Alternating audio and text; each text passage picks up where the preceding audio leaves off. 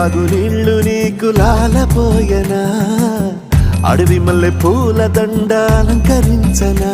నా ఇంటి చంటి బిడ్డవు నువ్వు, ముప్పొద్దు నీతో నవ్వుల కొలువు.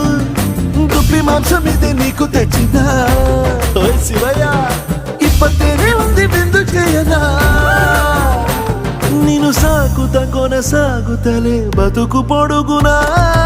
ఎండకు చెడి వానకు తట్టుకుని ఎట్టుంది